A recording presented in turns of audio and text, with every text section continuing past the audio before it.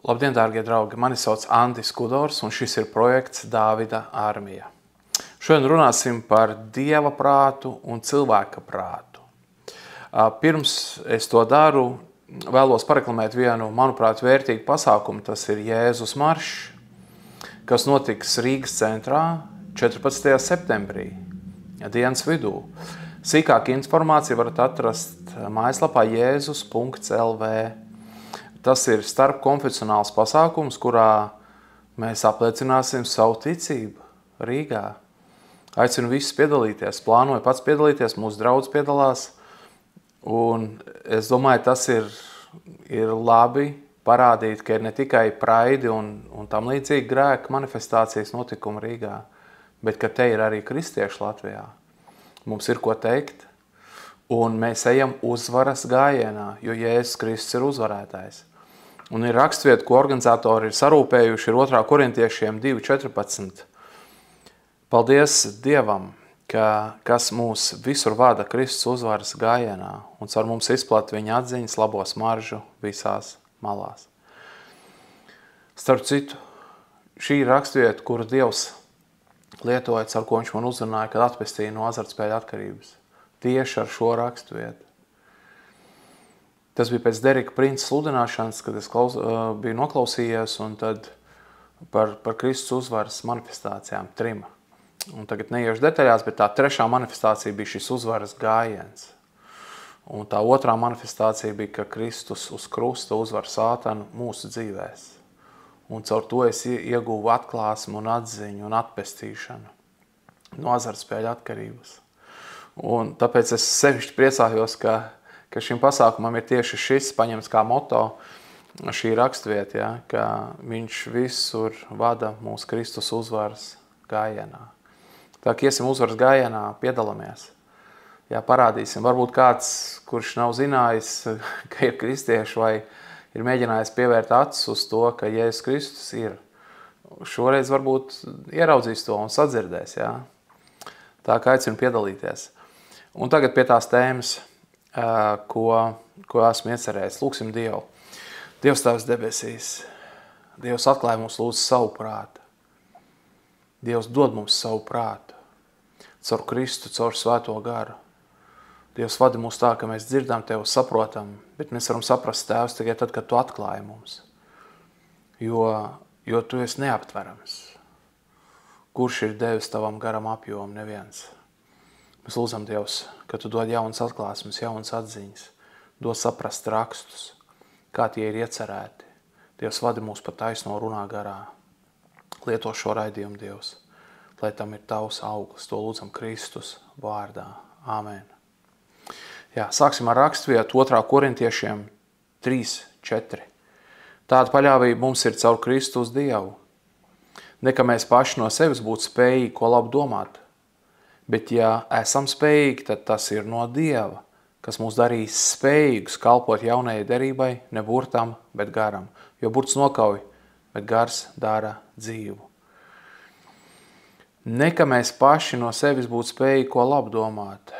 Cik kritiski vārdi, tādi radikāli vārdi. Neesam spējīgi labi domāt. Un ja esam, tad no Dieva, tad tas ir no Dieva. Viss gods pienākās Dievam. Tātad mūsu prāts, es tagad runāju par miesas prātu, ne to, kas ir svētā gara vadībā darbojas, bet miesas prāts ir nespējīgs domāt garīgi. Tas vienkārši nav dots miesai. Mēs saņemam šo spēju, kad atdzimstam no augšienes, kad svētais gars mūs vada, kad notiek brīnumains pārmaiņas mūsu sirdī un prātā. Marka evaņģēlijas 8.31, un viņš sāka tos mācīt, ka cilvēku dēlam daudz būs ciest, un vecāju un augsto priesteru un rakstu mācītā atmestam tapt, un tapt nokautam, un pēc 3 dienām augšām celties. Un viņš runāja šo vārdu pilnīgi atklāti. Un Pēters viņu saurupu vedis iesāka viņu apsaukt. Bet viņš atgriezdamies un savus mācekļus uzlūkodams, apsauc Pēters sacīdams, atkāpies no manis, Sātan, jo tu nedomā pēc Dieva, bet pēc cilvēka prāta. Ko Pēters tad domāja pēc cilvēka prāta? Viņš gribēja saudzēt Jēzu. Viņam rūpēja Jēzus liktenis. Jā, viņš nebija sapratis, ka Jēzum ir jābūt nodotam par mūsu grēkiem un jāmirst un jāceļas augšām. Jā, viņš to nebija sapratis, bet kas ir viņa attieksme? Tā ir kaut kāda ļauna? Nē, tā ir humāna. Humānisms var sacensties ar garīgumu. Ir humāna mīlestība, kas īsti nav īsta mīlestība un ir garīga mīlestība, kas ir īstā, no debesīm nākošā, jo Dievs ir mīlošs un Dievs ir mīlestībā. Viņš grib saudzēt Jēzu, viņš saka, ka tik tev tas nenotiek. Cik skarbs ir Jēzus, iespējams viņš tas sajūta Sātana kārdinājumu tiešām. Jo tas bija izaicinoši. Mēs zinām, ka Jēzum bija cīņa. Ģetsemānes dārzā viņš lūdza un viņa sviedri bija pilna ar asinīm. Viņš lūdza, tā bija grandioza cīņa. Viņam bija jāiziet caur tam, ka Tēvs būs viņu nodalījis no sevis. Es ticu, ka viņš netik ļoti baidījās no nāves un ciešanām, cik no lielākās grūtības, no lielākā izaicinājuma, no lielākās traģēdijas, ka viņam uz brīdi būs jābūt nodalītam no Tēva. Viņš tādā stāvoklī nekad nebija bijis. Tas tātad tuvojās kaut kas jauns, kurā viņš nav bijis, kurā viņš nebija bijis. Un viņam bija cīņa, un iespējams te tiešām Sātans kārdināja viņu ar domu, nemirsti. Ja? Un viņš skarbi apsauc Pēteri. Pētera domas ir vienkārši viņa domas. Lūk. Ja mēs domājam pēc cilvēka prāta, viņš saka, jo tu nedomā pēc Dieva, bet pēc cilvēka prāta, un Sātans arī domā šādi. Tātad cilvēks var domāt līdzīgi kā Sātans. Cilvēks var domāt līdzīgi kā Sātans, ja viņš paliek miesas prātā. Humanisms var sacensties ar garīgumu. Humanisms ir labs tik tālu, kamēr tas nav pretrunā ar garīgumu. Humanismu vadīta māte var iedot dēlam narkomānam naudu, lai viņš nopirktu devu, lai samazinātu lomku, fiziskas ciešanas. Viņa negrib ciešanas savam dēlam. Tas ir humanisms. Cilvēks ir centrā. Garīgums ir, kad Dievs ir centrā. Kad visi skati ir uz viņu, visi uzdevumi, visi plāni, visas ilgas, viss ir uz viņu, visi mani avoti, Dievs ir tevī. Ir atšķirība. Un tad, kad sacenšās humanisms, viņš var izskatīties kā labs, bet ja viņi salīdzina ar garīgumu, tad garīgums ir labāks. Līdzatkarīga sieva var dot vīram atkarībniekam naudu, problēmu atrisināšanai, kuras ir radušās azartspēļu dēļ. Tas nav jādara. Ir jāļauj būt konfrontētam atkarībniekam ar sava grēka sekām. Citādi viņi nemeklē palīdzību, īstu palīdzību. Un mēs runājam par palīdzības meklēšanu pie Dieva. Tad, kad banka paiet nost, šis humanisma avots paiet nost, tad cilvēks pa īstam var sākt meklēt īstu palīdzību pie Dieva. Un tā tad labāk bija nerisināt finansiālās problēmas azartspēļniekam. Tā būs garīga mīlestība, un tur ir dažkārt jāsņemās daudz drosmas un apņēmības tuviniekiem, jo tas nav vienkārši. Tas nav vienkārši, tas ir izaicinoši. Kā to labāk darīt, es iesaku lasīt mans sievas Lilits rakstu.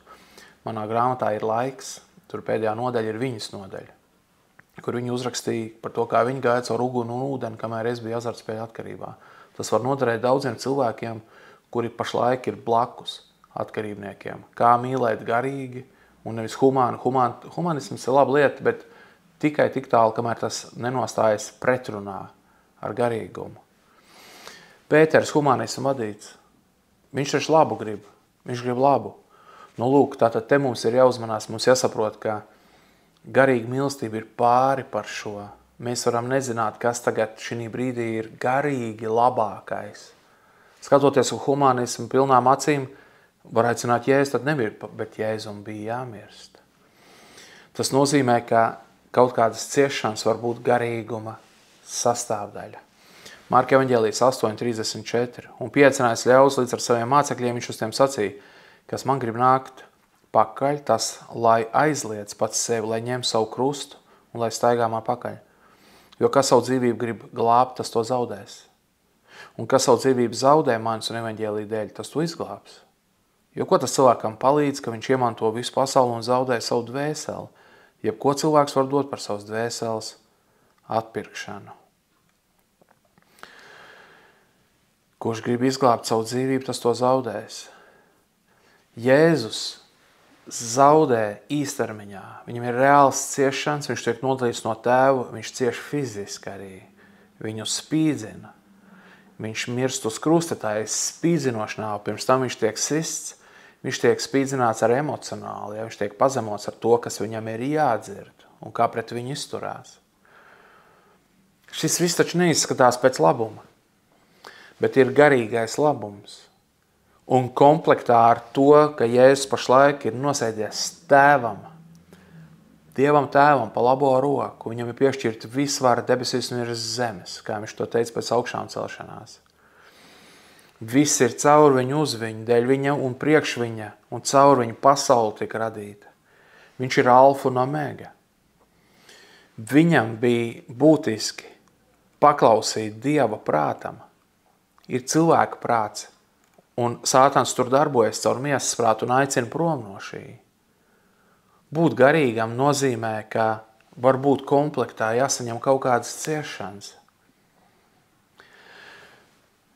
Jēzus saka, ka tas, kurš gribēs pasaudzēt savu dzīvību, tas to zaudēs. Un kurš ir gatavs zaudēt dēļ Kristus, dēļ evaņģēlī, dēļ Dieva valstības, tas to iemantos. Runa ir arī par cīņu ar atkarībām un ar grēku.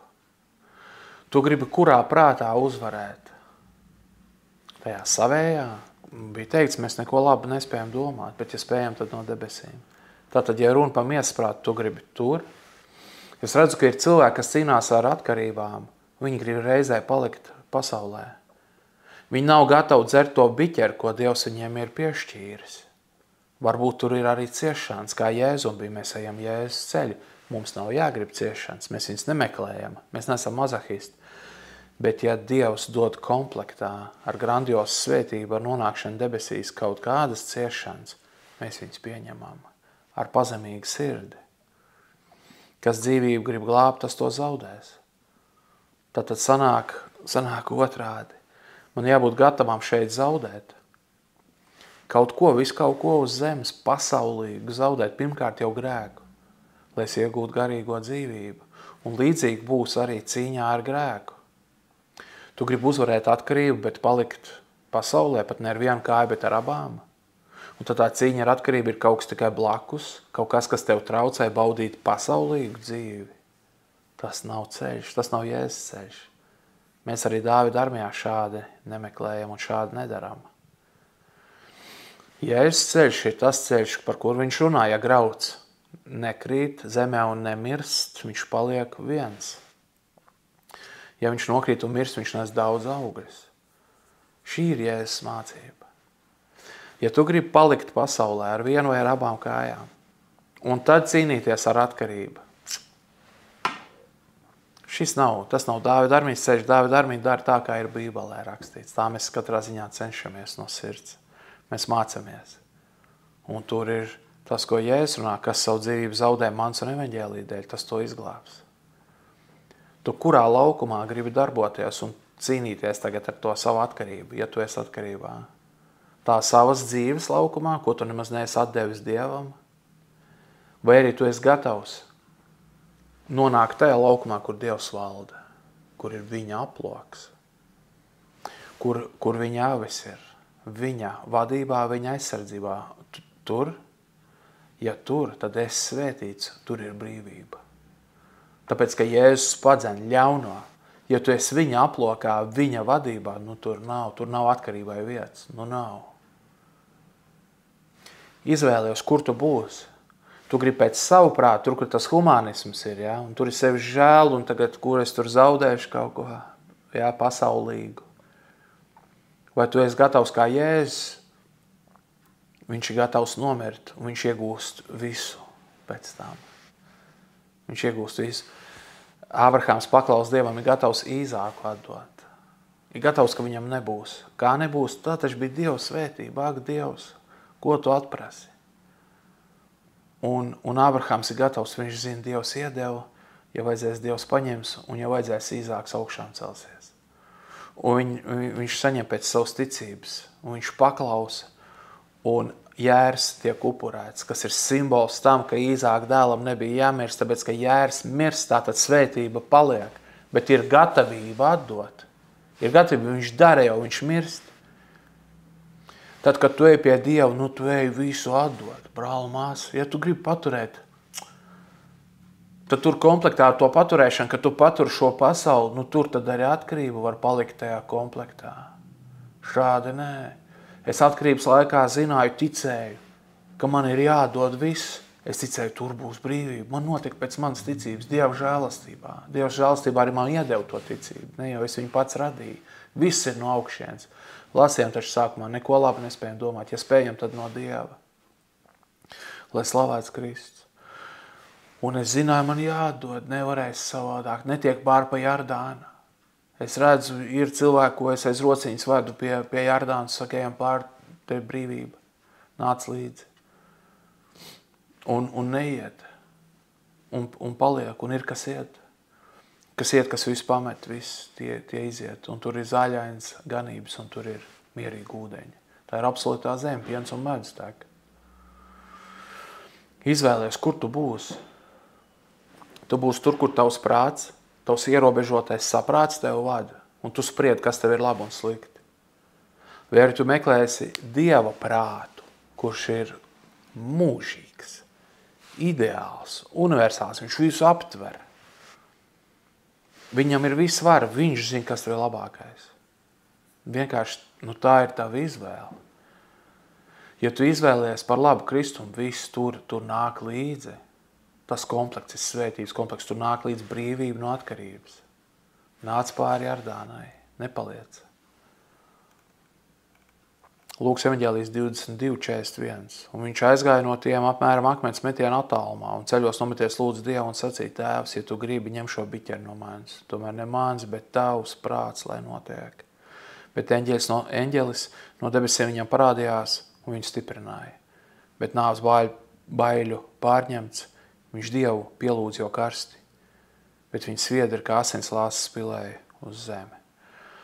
Jēzum ir cīņa, Jēzus ir ceļš, mēs ejam viņa ceļu. Viņš ir ceļš, tātad mēs ejam, mēs nemirstam tajā nozīmē, ka mēs izpirktu citus, tā nē. Tā ir tikai viņa misija, ekskluzīvi. Bet mēs tomēr ejam miršanas ceļu. No apglabāšana kristība, ūdens kristības, ka tev paglabā zem ūdens, tas taču ir par to. Apglabā mironi, zem ūdens liek garīgajā nozīmē mironi un izceļ ārā dzīvo. Tas mēs ejam Kristus nomiršanas un apglabāšanas un augšām celšanās ceļu. Un tur ir brīvība, kur gars, tur ir brīvība. Tēvs, ja tu gribi, ņem šo biķeri no manis. Tātad, cik Jēzus ir atklāt, viņš mums demonstrē, kas ir laba lūkšana. Tur ir patiesība iekšā, nekāds izlikšanās. Tātad viņš stāsta, ko viņš grib, ko viņš gribētu. Šo Tēvs, ja tu gribi, ņem šo biķeri no manis. Varbūt var ņemt, varbūt var citādāk kaut kā. Dievs, bet ja nē, ja tas lielais labums ir aiz tā, ka jāiziet tā, kā tu man vedi, Tēvs, lai tavs prāts notiek. Ja? Tātad šādi, bet tomēr ne mans, bet tavs prāts, lai notiek. Tātad ne mans, Jēzus demonstrē mums, kā mums ir ar Tēvu jāveido attiecības. Tātad ne mans prāts, bet tavs. Lūkšanas, uz kurām Dievs ir atbildējis, man ir bijis tā, ka es pirms lūkšanas un lūkšanas laikā es kapitulēju Dievam. Es izēju lūkšanas cīņu, kurā es padodos Dievam, piekrītot jebkuram rezultātam, kuru viņš iedos uz manu lūkšanu. Es viņam izstāstu, ko es vēlos. Un tad es izēju lūkšanas cīņu, kuras galā Dieva žēlastībā ir mana padošanās. Kad es no sirds nevis tēloju nekā, bet no sirds piekrītu Dievam. Jebkuram viņa risinājumam es ticu pagodinu, es viņam ierādu to vietu, kas viņam vienīgajam pienākās Dieva lēmēja loma. Tad, kad es šādi esmu izdarījis, Dievs ir izvedis cauri un ļāvis man paļauties, un ja mēs paļaujamies, nepliekam kaunā, Dieva atbildes ir bijušas žēlstības pilnas. Viņš man ir devis to, pēc kā es biju ilgojies. Unikāli. Caur to es mācījos, ka Dievs ir labs.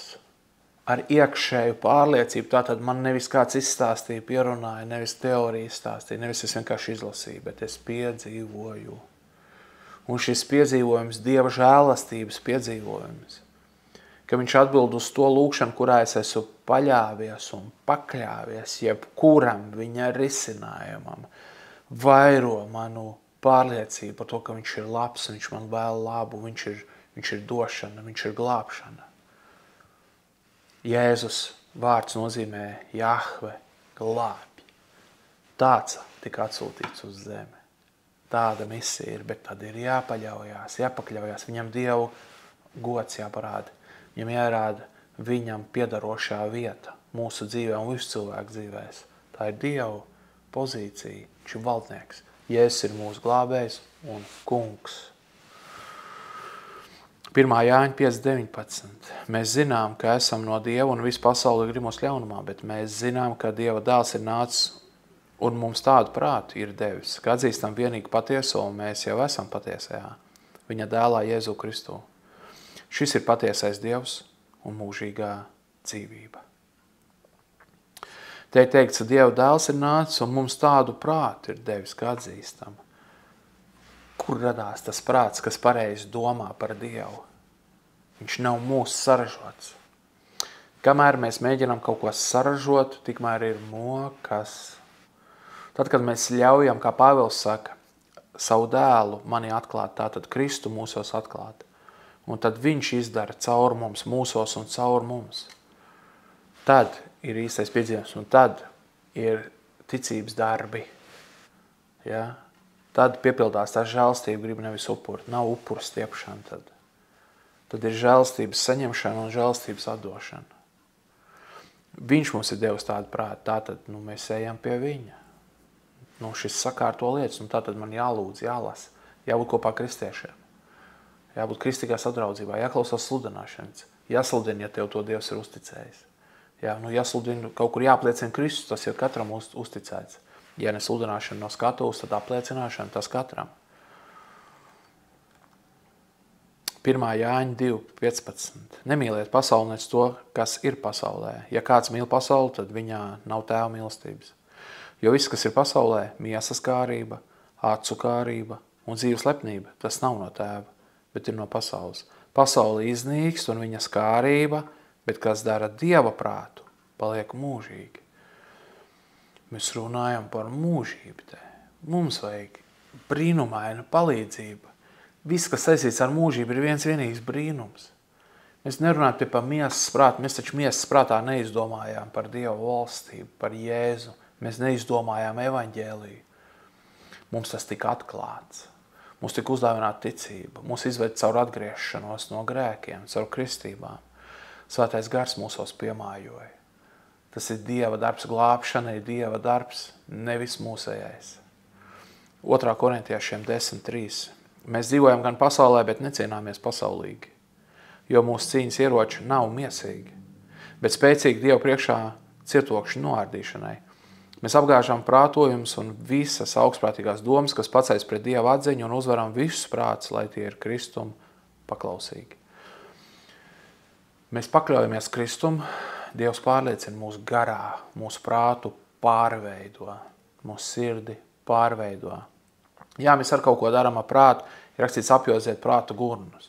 Vēl teikts, tātad viss, kas labs, par to domājiet. Jā, savus domas vērsiet uz augšu, ne uz zemes lietām. Jā. Tātad mums ir rakstīts, kas ir par to, ko mēs darām ar savu prātu, bet kopumā tur jau nav pamatrisinājums. Tas ir tikai ceļa sagatavošana Kristumu. Viņš nāk, viņš dara, viņš dod. Un tālāk, tad, kad viņš mūs uzvar, tad caur mums viņš uzvar arī citus, jo mēs sludinām viņu, viņa vārdu, viņa mācību, mēs mācām viņa mācību, un mēs liecinām par viņa darbiem, mēs esam liecinieki, mēs esam Dieva liecinieki, mēs esam viņa darba liecinieki. Un šī liecība strādā, Dievs tā ir iekārtojis. ka tas uzrunā citus un tas palīdz. Tātad mēs ne tikai ļaujamies, ka Dievs uzvar, Kristus uzvar mūsu prātu, jo tas mūsu prāts būs tas labākajā gadījumā, humanismu pilns kā Pēterim. Ja es tik tas tev nenotiek. Bet ir garīgums, kas ir pāri par šo. Es pat nerunāju par prātu tumšākajām pusēm, ja? Par visu, par grēkiem, ja? Kas no tā izriet. Es par to pat nerunāju. Bet prāta tas augstākais sasniegums, labākais būs tas Pētera gadījums, tas humānā nostāja Jēzu pasaudzē sevi. Bet Jēzum bija Dieva misija nepasaudzēt sevi. Un arī mums šajā nozīmē mēs nepasaudzējam to savu miesīgo daļu, pasaulīgo daļu, vēlmi palikt pasaulē un dzīvot pasaulē. Mēs to nopurējam. Mēs atsakamies, jo aiz tās ir augšām celšanās. Ir Dieva valstība. Šeit uz zemes jau mēs esam apsolītā zemē, garīgajā nozīmē, kur piens un medus tek.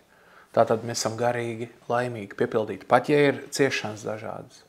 Ja? Un pat tās mūs tuvina Kristumu tad. Pat tās kalpo par labu Dievam. Lūksim Dievu. Dievs Tēvs debesīs, Dievs dod mums savu prātu. Dievs pasargā mūs no tā, ka mēs dzīvot pēc miesas prāta, grēkos un labākajā gadījumā kaut kā humanistiski, bet atkal sacenstos tad ar Tevi, Dievs, un ar garīgo prātu, Dievs, pasargā mūs no tā. Dar tā, ka mēs visi redzam skaidri, kas ir garīgi. Un to mēs nevaram redzēt, Tēvs, ja Tu nevadi mūs. Mēs lūdzam vadi, ka mēs redzam. Atver mūsu ausis, ka mēs dzirdam Tevi, un tad mēs zinām, kas ir pareizi, kas ir garīgi. Runā uz mums un runā caur mums uz citiem, lai visi prāti pakļaujās Kristumu. Lai atkāpjās grēks, lai atkāpjās tas humanisms, kas sacenšas ar garīgumu, un lai uzvar svētais gars. Un lai Kristus ir pagodināts. Dievs lieto katru no mums. Dievs dod drosmi iziet no šīs pasaules laukuma un noteikumiem, un no šīs pasaules prāta, un tur nemēģināt uzvarēt. Dod mums Dievs drosmi iziet no šīs pasaules, iet Tavā aplokā pie Tavām avīm, kur Tu gani, kur ir brīvība, un tur ir Tavi noteikumi, Tava valdīšana. Dievs vada tā, ka mēs esam tur visi. Visi, kas klausās, Dievs ved visus. Tie cilvēki meklē, tāpēc jau skatās. Vai te kāds kā turists ir ieklīdis un skatās, Dievs, uzrunā ar viņu. To visu lūdzam Kristus vārdā. Amen. Paldies, dārgie draugi. Man sauc Andis Kudors. Šis ir projekts Dāvida armija. Es atgādinu, ka 14. septembrī Rīgas centrā Vērmedārzā sāksies gājiens. Tur būs pasākums Kristus maršs. Tas ir Jēzus Kristus uzvaras gājiens. Es aicinu visus piedalīties. Ieiet mājaslapā jēzus.lv un atradīsiet vairāk informācijas. Esiet svētīti, tiekamies pēc nedēļas.